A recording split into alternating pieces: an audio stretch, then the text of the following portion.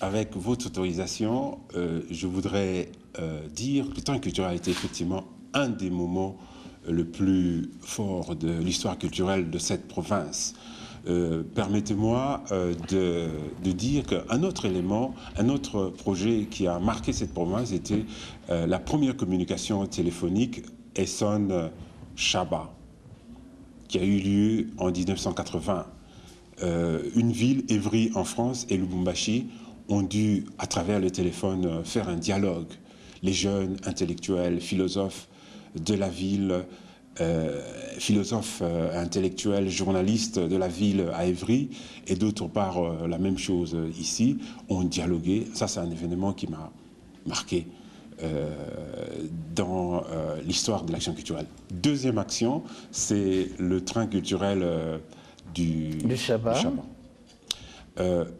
D'où vient ce train? Bon, c'est une première question qui me vient à l'esprit. Oui, c'était ça la première question. Ouais. D'où vient le train? Le train culturel est d'abord un projet qui est apparu pour la première fois en 1917 en Union soviétique. C'était un projet du gouvernement révolutionnaire de Lénine. Et le but de cette train culturel qui allait de Moscou à Kazakhstan était de renforcer la conscience politique et révolutionnaire entre ces deux villes de Moscou et Kazakhstan. En marge de cet exemple russe initial du début qui a marqué l'histoire du train culturel, je voudrais dire que l'action culturelle n'est pas une action neutre. Elle cache toujours derrière son idéologie et sa politique. Et quand nous-mêmes, en tant qu'État, nous sommes absents dans la prise en compte systématique et cohérente du domaine de la culture, ceci nous échappe. Et c'est d'autres peuples, d'autres cultures, d'autres États, d'autres nations qui imposent le prestige et le rayonnement de leur culture dans le cas de cette absence. Et le deuxième cas, le deuxième exemple après l'exemple russe, c'est Bamako. Il y a eu en 1981 une voiture bibliothèque entre Bamako et qui était ambulante. Qui était ambulant, qui était un projet itinérant comme le projet soviétique. Le train culturel du Chaba est dans l'histoire un des dispositifs ferroviaires premier dans sa forme et dans ses structures, mais qui s'apparente un peu à l'exemple soviétique, dans la mesure où il y avait une structure cinéma, voiture bibliothèque, une plateforme pour le théâtre. Parce que j'avais participé dans ce train culturel, n'est-ce pas? Je me souviens bien, sous dans Satongé. Oui. L'autre structure, c'était voiture magasin, et puis il y avait une voiture de restaurant.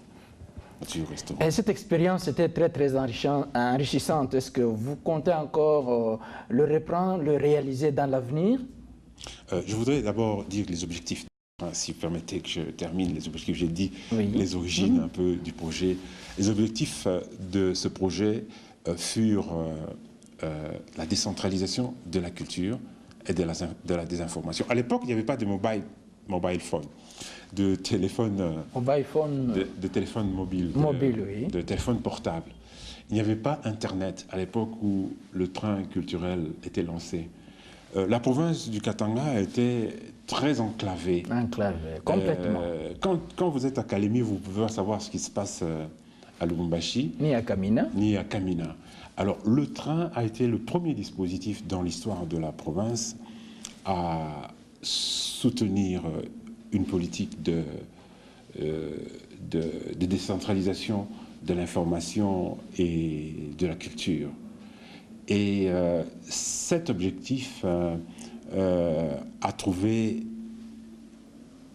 une satisfaction, a rencontré les attentes des masses populaires et des autorités, des organisations scolaires de toutes les villes, projets, parce que le projet partait pour 6 mois entre Lubumbashi et Kalemi, et on passait 6 mois comme ça sur le train avec des artistes, projetant des films, avec une troupe de théâtre avec nous. Voilà. Donc c'était, j'ai dit, les origines du projet. Je viens de mentionner les objectifs de ce projet.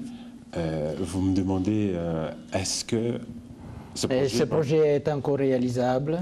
J'ai dit que ce projet est réalisable et c'est important que l'État, encore une fois, l'État congolais joue un rôle actif avec d'autres partenaires que peuvent être la coopération française ou la coopération belge ou encore d'autres coopérations sans exclusive. Voilà. Et je crois que ça peut se rééditer. Ça peut se rééditer, tout dépend du partenariat. Parce qu'à l'époque, ceux-là qui ont pu faire marcher ce projet n'étaient pas seulement des animateurs du train culturel ou le centre culturel français ou la coopération française. C'était un projet qui a prouvé le dynamisme de cette province à mettre ensemble ses énergies, ses moyens pour faire aboutir un projet d'envergure internationale qu'était ce train culturel. J'ai été chargé à l'époque de faire les relations publiques et l'animation de ce train. J'étais chargé de collecter de l'argent pour de gagner des contrats pour le train, des contrats publicitaires par exemple avec les organisations locales, les hommes d'affaires et tout ça. J'ai été chargé de la négociation de ça. Ça prouve que les opérateurs économiques peuvent toujours apporter un appui à un projet de cette envergure-là. Bien, merci. Nous semblons presque touchés à terme de notre tranche d'aujourd'hui. Est-ce que vous avez un dernier mot? Alors, le dernier mot serait que quand on ne respecte pas l'intellectuel, l'artiste, le peintre, on ne pourra jamais être en mesure de construire un pays vraiment démocratique et civilisé au cœur de l'Afrique et devenir ce que Fanon disait la gâchette de l'Afrique. Qui se trouve au Congo. Qui se trouve au Congo. Merci beaucoup, Monsieur Faustin, d'être venu et de vous avoir reçu par la radio-télévision Mwangaza. Merci, chers téléspectateurs, pour aujourd'hui. Et nous nous retrouverons encore prochainement dans cette même tranche. Merci.